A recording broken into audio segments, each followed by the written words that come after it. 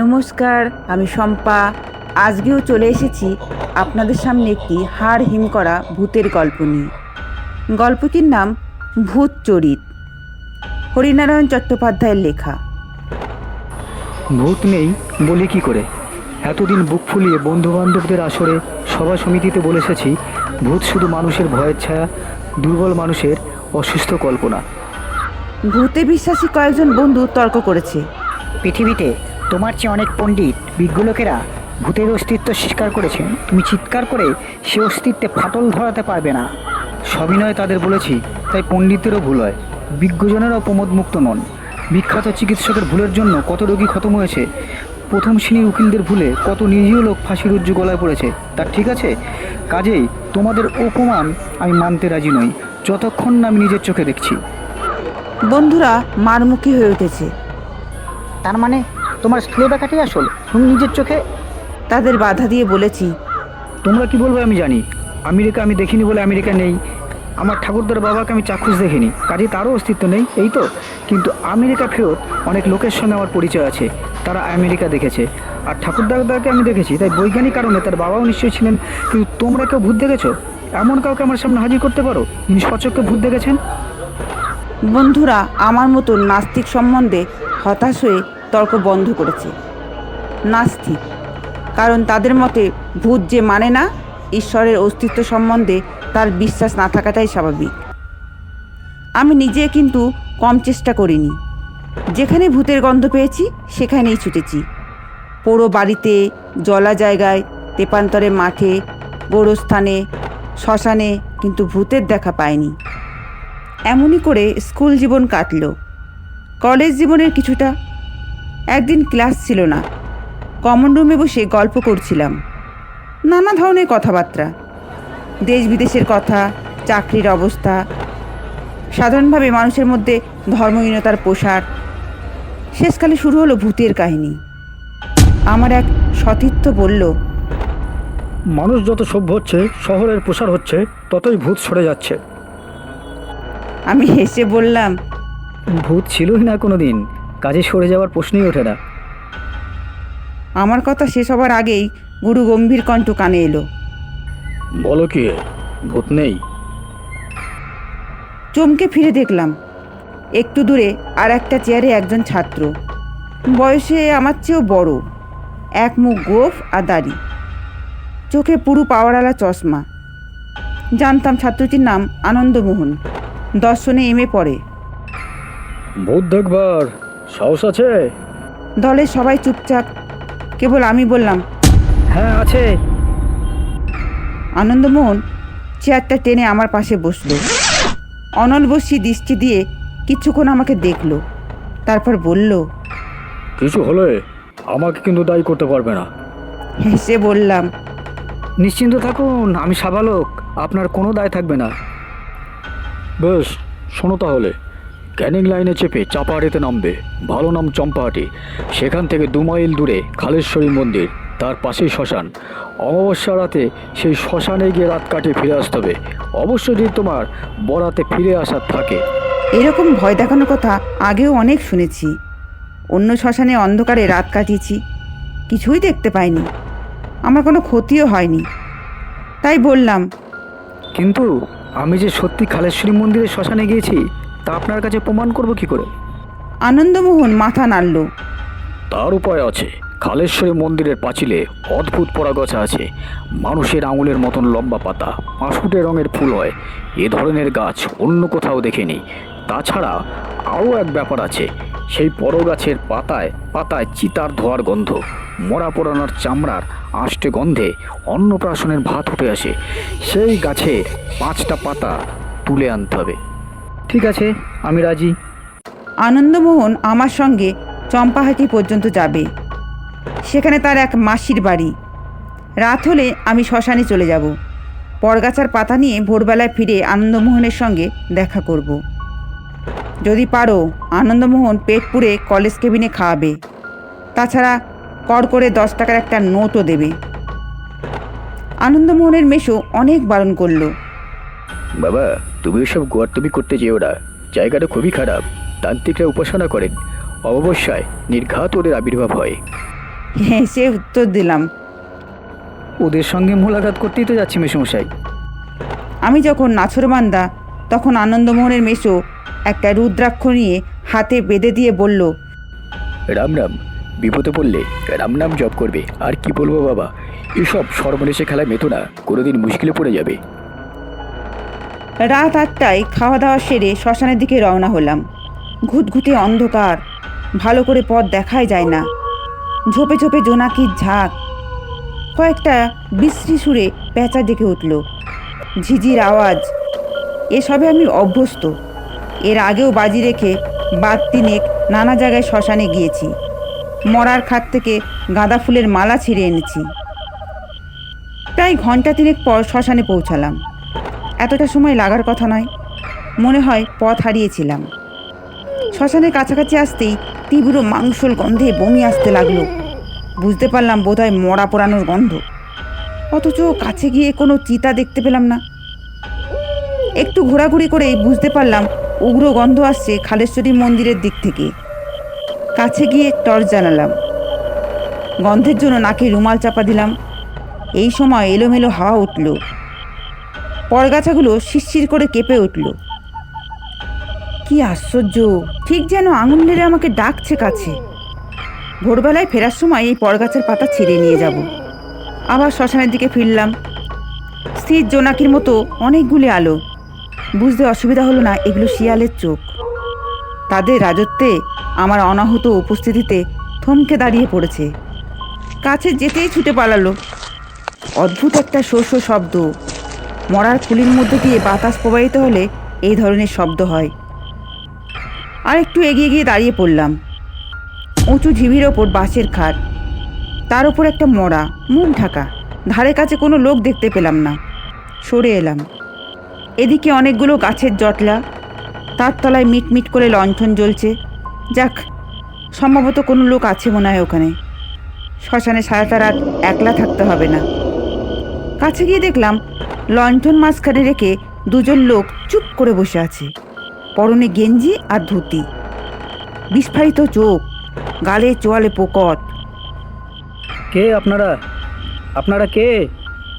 বাদ দুয়ে প্রশ্ন করতে উত্তর মিলল, আমরা মরা পোড়াতে এসেছি। শুধু দুজন? আরও দুজন গেছে কাঠ কিনতে, অনেকক্ষণ গেছে, ফিরছে না কেন কে জানে। নেশা করে কোথাও পড়ে নেই তো? আমি তাদের কাছে গিয়ে বসে পড়লাম। যাক, সারা রাতটা অন্তত মুখ বুজে থাকতে হবে না, কথা বলবার লোক পাবো। একজন আমার দিকে চোখ তুলে জিজ্ঞাসা করলো, আপনি এখানে কেন? বেড়াতে এসেছি। উত্তর শুনে দুজনে খ্যাক খ্যাক করে হেসে উঠল। শ্মশানে শ্মশানে বেড়াতে? ভালো ভালো, বেড়াবার আর জায়গা পেলেন না? মরিয়া হয়ে বলে ফেললাম। ভূত দেখতে এসেছি। আবার সেই খ্যাক খ্যাক হাসি। খাঁচা এনেছেন? খাঁচা? খাঁচা কি হবে? কেন, ভূত দেখতে পেলে ধরে নিয়ে যাবেন? বুঝলাম ঠাট্টা করছে। কোনো উত্তর দিলাম না। কিন্তু কতক্ষণই বা চুপচাপ থাকা যায়। এক সময় জিজ্ঞাসা করলাম, তা কে মারা গেলেন? আমাদের দাদা। আবার চুপচাপ। কিছুক্ষণ পর একজন আরেকজনকে বলল, এ তো মুশকিল হলো, কতক্ষণ এভাবে বসে থাকবো? এত দেরি তো হওয়ার কথা নয়, চল একটু এগিয়ে দেখি। লণ্ঠন তুলে নিয়ে ওরা উঠে দাঁড়ালো। আপনি বসে বসে শ্মশানে হাওয়া খান মশাই, আমরা গায়ের দিকে একটু এগিয়ে দেখি। বসে বসে দেখলাম লণ্ঠনের ম্লান দীপ্ত গাছপালার আড়ালে ঢাকা পড়ে গেল। হাওয়ায় গড়াতে গড়াতে পায়ের কাছে কি একটা ঠেকলো।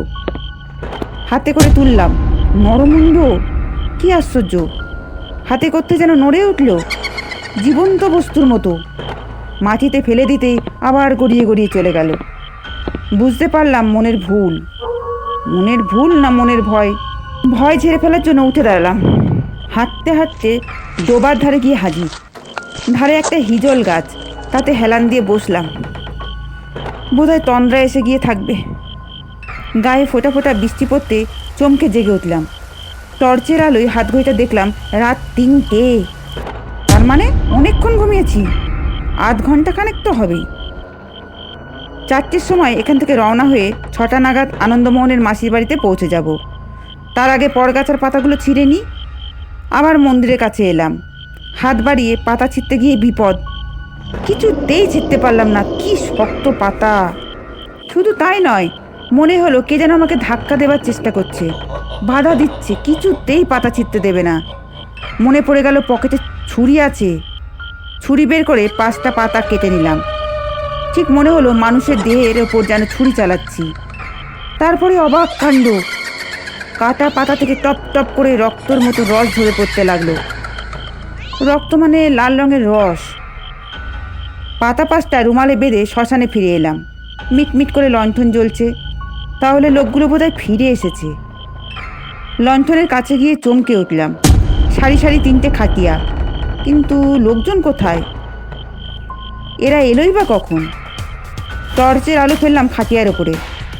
তারপরে মনে হলো পিঠের সিদ্ধারা দিয়ে ঠান্ডা একটা শিহরণ, আমার সমস্ত শরীর টলতে লাগলো। এ কী করে হলো? খাটিয়ার 3টে মরা, একই মরা, একই বয়স, একই রকম দেখতে। লণ্ঠন নিয়ে যে দুজন বসেছিল, এখন মনে পড়লো তাদের দুজনেরই একই রকম চেহারা। সেই চেহারাই খাটিয়ার উপরে। এবার বুঝতে পারলাম বেশ একটু ভয় ভয় করছে। কোনো যুক্তি দিয়েই মনকে বোঝাতে পারলাম না এরকম কী করে হতে পারে। শ্মশানে থাকতে সাহস হলো না। চম্পাহাটির দিকে রওনা হলাম।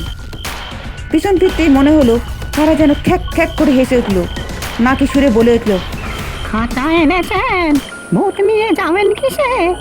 সেবার বাজি জিতেছিলাম বটে, কিন্তু আনন্দমোহনের প্রশংসাও পেয়েছিলাম। কিন্তু মনের মধ্যে একটা সন্দেহ দানা বেঁধে রইল। ভূত যদি নেই, তাহলে একই চেহারা 3টে মরা পাশাপাশি দেখলাম কি করে?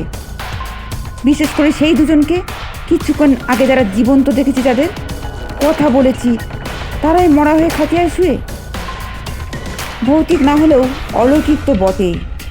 অনেক বছর কেটে গেছে, ভূতের কথা ভাববার আর অবসর পাইনি। ডাক্তারি পড়া নিয়ে প্রাণান্ত। 5 বছরের কোর্স শেষ হলো 7 বছরে। পরীক্ষার মুখে ঠিক একটা করে ঝঞ্ঝাট। তারপর হাসপাতালে 1 বছর হাউস সার্জন হিসেবে। জীবনের বিভৎস দিকটার সঙ্গে পরিচিত হলাম। সেই সময় সারা শহরে খুনোখুনির রাজত্ব। সময় নেই, অসময় নেই, গাদা গাদা মরা মর্গে এসে পৌঁছাতে লাগলো। বোমায় কার হাত পা উড়ে গেছে, ছোড়ার আঘাতে কারুর পেটের নাড়ি ভুড়ি বাইরে এসে পড়েছে। আবার পথ দুর্ঘটনার বলিও আছে। লরি কিংবা বাসের তলায় থ্যাতলানো দেহ, এইসব মরা চিরে রিপোর্ট দিতে হতো। এই কাজে আমার সহায় মাধাই ডোম। সে অর্ধেকেরও বেশি কাজ করে দিত। খালেশ্বরী মন্দিরের সেই পরগাছার গন্ধে একদিন নাকে রুমাল চাপা দিতে হয়েছিল। কিন্তু এখন এই স্তূপীকৃত মরার গাদার মধ্যে ঘোরাফেরা করতেও কোনো গন্ধ পাই না। এক রাতে ঘুমিয়ে অচেতন ছিলাম, হঠাৎ দরজায় ধাক্কা। ডাক্তার সাহেব, ও ডাক্তার সাহেব। অল্প যাকেই ইদানিং ঘুম ভেঙে যেত। তাড়াতাড়ি উঠে দরজা খুলে দেখলাম মাধাই ডোম দাঁড়িয়ে। কী খবর জানাই ছিল, তবু জিজ্ঞাসা করলাম, কি ব্যাপার? একটা মরা এসছে হুজুর। তারা কিসের? কাল সকালে হবে না, আপনি একবার আসুন। আশ্চর্য লাগলো, মাধাই ডোমের এত আগ্রহ দেখিনি এর আগে। পোশাক বদলে মর্গে চলে এলাম। মেঝের ওপর স্ট্রেচারে শোয়ানো রয়েছে, মনে হচ্ছে যেন ঘুমাচ্ছে। বছর 19-20 বেশি নয়। এক মাথা ঢেউ খেলানো চুলের রাশ, কালো চুলের মাঝখানে পদ্মের মতন ঢলঢলে একটি মুখ। মুখের কোনো বিকৃতি নেই, একটু কুঞ্চনও নয়। কে নিয়ে এলো? পুলিশ। মারা গেল কিসে? উত্তরে মাধাই ডোম দেহটা উপুর করে দিল। পিঠের 2 জায়গায় গভীর ক্ষতচিহ্ন। মনে হলো ধারালো ছোরা দিয়ে 2বার আঘাত করা হয়েছে। মাধাই ডোম আজকাল অনেক বিজ্ঞ হয়েছে। গভীর গলায় বলল, পার্টির ব্যাপার হুজুর, আজকাল যা হয়েছে। নিজের কাজ শুরু করলাম। ঘণ্টাখানেকের বেশি লাগলো না, রিপোর্টে লেখাও শেষ। মাধাই ডোমকে জিজ্ঞাসা করলাম, বডি নিতে কেউ এসছে? না হুজুর, এখন হয়তো সর্বনাশের খবরই পাইনি। তা ঠিক, কাল খোঁজ করবে। পরের দিনও কেউ এলো না। পুলিশ মৃতদেহের ফটো নিয়েছিল, তার ফটো ছাপিয়ে দিয়েছিল বড় বড় খবরের কাগজে। দিন 4 পার হয়ে গেল, দেহ নিতে তবুও কেউ এলো না। ওষুধ ইঞ্জেকশন দিয়ে মৃতদেহ ঠিক রাখার চেষ্টা করা হয়েছিল, যাতে গন্ধ না বের হয়, কিন্তু দেহ আটকে রাখবার একটা সীমা আছে। মাথায় ডোম এসে তাগাদ দিতে লাগলো। হুজুর, আর কতদিন আটকে রাখবো? হুকুম দিন, গাদায় পুড়িয়ে দিই। মাথায় ডোমের উদ্দেশ্যও ছিল, অনেক হাড়ের ব্যবসায়ীরা চড়া দামে কঙ্কাল কিনতে চায়। বেওয়ারিশ লাশ তাদের পাচার করে দেয়া খুব লাভজনক। যখন ভাবছি কি করব, তখনই একজন ছাত্র এসে খবর দিল, স্যার, একটি ছোকরা আপনার সঙ্গে দেখা করতে চায়। এরকম অনেকেই আসে, আত্মীয় স্বজনের হাসপাতালে ভর্তি করতে চায়, ওষুধ গাছাতে উৎসাহী। দুটো ব্যাপারেই আমার কোনো হাত ছিল না, তবু ছোকরাকে ডেকে পাঠালাম। মাথায় ডোমকে বললাম পরে দেখা করতে। ছোকরা আমার ঘরে ঢুকতেই চমকে উঠল। চেহারা এমন মিল হয়, মিতা মেয়েটির সঙ্গে অদ্ভুত সাদৃশ্য, মুখ চোখ রং একই রকম। মেয়েটি যেন পুরুষের বেশ পরে এসেছে। কিছুক্ষণ কথা বলতে পারলাম না, তারপর বললাম, কি চাই? আমার বোন আবার বডিটা নিতে এসেছি, ছোড়া মারার কেস। তা এত দেরি হলো আপনার? আমি অনেক দূর থেকে আসছি, খবরের কাগজে ফটো দেখে চিনতে পেরেছি। দেশ থেকে যে হানাহানির কবে যে শেষ হবে। আমি বলেই ফেললাম। আপনার সঙ্গে আপনার বোনের চেহারার কিন্তু অদ্ভুত মিল। ছোকরা কিছুক্ষণ এক দৃষ্টে আমার দিকে দেখলো, তারপর বলল, সত্যি কথা বলবে কি, আমরা জমজ। আমি আবার চেয়ে 7 সেকেন্ডের মাত্র বড়। বডি ছেড়ে দেওয়ার জন্য যা যা প্রয়োজন করে দিলাম। মনে একটু সান্ত্বনা পেলাম, যাক মেয়েটির দেহে সদ্গতি হবে। ব্যাপারটা ঘটল ঠিক পরের দিন। কোয়ার্টার থেকে বের হয়ে হাসপাতালে ঢুকছি, মাথায় ডোমের সঙ্গে দেখা। হুজুর, আরেকজন লাশের খরিদ্দার এসছে। কে? কোন লাশের? সেই ছোড়া মারার কেস হুজুর, অল্প বয়সী মেয়েটার। বলিসনি কালকে তার ভাই লাশ নিয়ে গেছে? বলেছি হুজুর, ভদ্রলোক একবার আপনার সঙ্গে দেখা করতে চান। ওহ, ঠিক আছে, আসতে বল। ভদ্রলোক ঢুকলো, পৌর, মাথায় কাঁচা পাকা চুল, চোখে বেশি পাওয়ারের চশমা, খুব গম্ভীর চেহারা। আমি বললাম, আপনি ডোমের কাছে শোনেননি? হ্যাঁ, শুনেই তো আপনার কাছে এসেছি, সত্যি কথাটা জানতে। এ আবার সত্যি মিথ্যা কি? ভাই এসে লাশ নিয়ে গেছে, যমজ ভাই। সামনে রাখা চেয়ারে ভদ্রলোক বসে পড়ল। যমজ ভাই মানে অঞ্জু এসে বডি নিয়ে গেছে। নাম মনে নেই, খাতায় লেখা আছে, দেখতে পারেন। আপনি কে? আমি আভার বাবা। বাবা? হ্যাঁ, চাকরি থেকে অবসর নিয়ে রেবতীপুরে থাকি। রেবতীপুর অজপাড়াগা, বর্ধমান থেকে 30 মাইল। আমার মেয়ে আভা এখানে কি করতো আমি জানি না, আমার সঙ্গে যোগাযোগ ছিল না। শুনেছি বাজে লোকের খপ্পরে পড়েছিল, চালের চোরা কারবার করত। ভদ্রলোক দীর্ঘশ্বাস ফেলে পকেট থেকে ভাঁজ করা খবরের কাগজ টেনে বের করলো। কাল কাজে বর্ধমান এসেছিলাম, কি আশ্চর্য ব্যাপার দেখুন, জিনিস কিনে গায়ে ফিরছি, সেই কাগজের মোড়কে আভার ছবি। অবাধ্য, যাই হোক, মেয়ে তো, সকালেই ছুটে এলাম। কিন্তু আপনাকে তো বললাম আপনার ছেলে এসে বডি নিয়ে গেছে, তা কি করে হয়? ভদ্রলোক অদ্ভুত দৃষ্টি দিয়ে আমাকে দেখলো। না হওয়ার কি আছে, আপনার মতন তিনিও তো খবরের কাগজ দেখে চলে এসেছিলেন। কিন্তু ভদ্রলোক ধরা গলায় বলল, অঞ্জু অঞ্জু তো 5 বছর আগে মারা গেছে, বাস দুর্ঘটনায়। এবার আমি সোজা হয়ে বসলাম। সে কি? সেই জন্যই তো আশ্চর্য লাগছিল, অঞ্জু আসবে কি করে। অনুভব করতে পারলাম শরীরের রক্ত মুখে এসে জমল।